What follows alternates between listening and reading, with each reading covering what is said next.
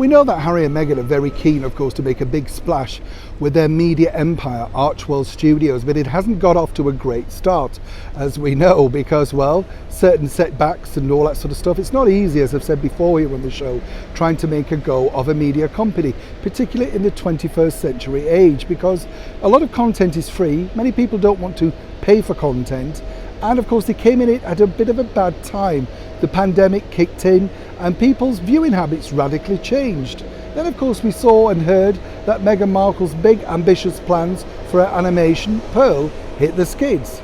But now is there a bigger reason as to why Harry and Meghan are having a rethink over their, well, shall we say, podcast? Hi, good morning, Neil Sean here in the very heart of London. Nice to see you today. This story really is an interesting one because, as we know, we've only heard one short podcast from Harry and Meghan since they signed that big deal with Spotify. And there's been masses of debate about the guests, what's it going to be like, who's going to be on, all of that sort of stuff. But the bigger issue really is, as it always is with these big deals, they need people to tune in, to stream, to download. That's the deal. When you're popular like Michelle and Barack Obama, their podcast did incredibly well for Spotify, and that really was the template that Harry and Meghan were truly working to. You could understand, they admired them, and of course Harry had been good friends with Michelle and Barack Obama. In fact, they'd done radio broadcasts together. So you could see the angle of the direction of where they were going to go. What's interesting here though is that of course then Michelle and Barack decided they were going to quit Spotify and they went with another streaming giant, Audible. They've got a $20 million deal, and this deal is incredible, let me tell you, because it doesn't mean that they have to stick just to the one streaming platform. Essentially, they're going to be, splitting the programs between them. They are popular, whichever way you think.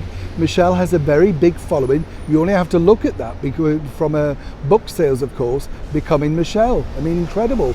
I was there when she came over to London and addressed that huge audience in that vast arena and could keep them spellbound. No easy feat, let me tell you.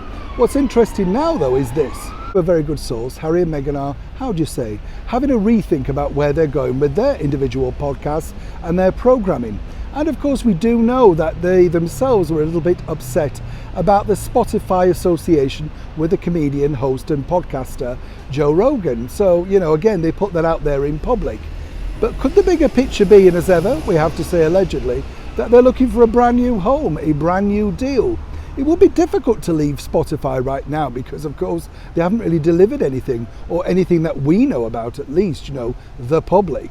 But moving forward, there's always the bigger deals on the table. And as I say, for Harry and Meghan, they do look at Michelle and Barack Obama as something of a template for them. The sort of people that they would like to, follow in their footsteps. They see them being very successful with a brand that's admired around the world.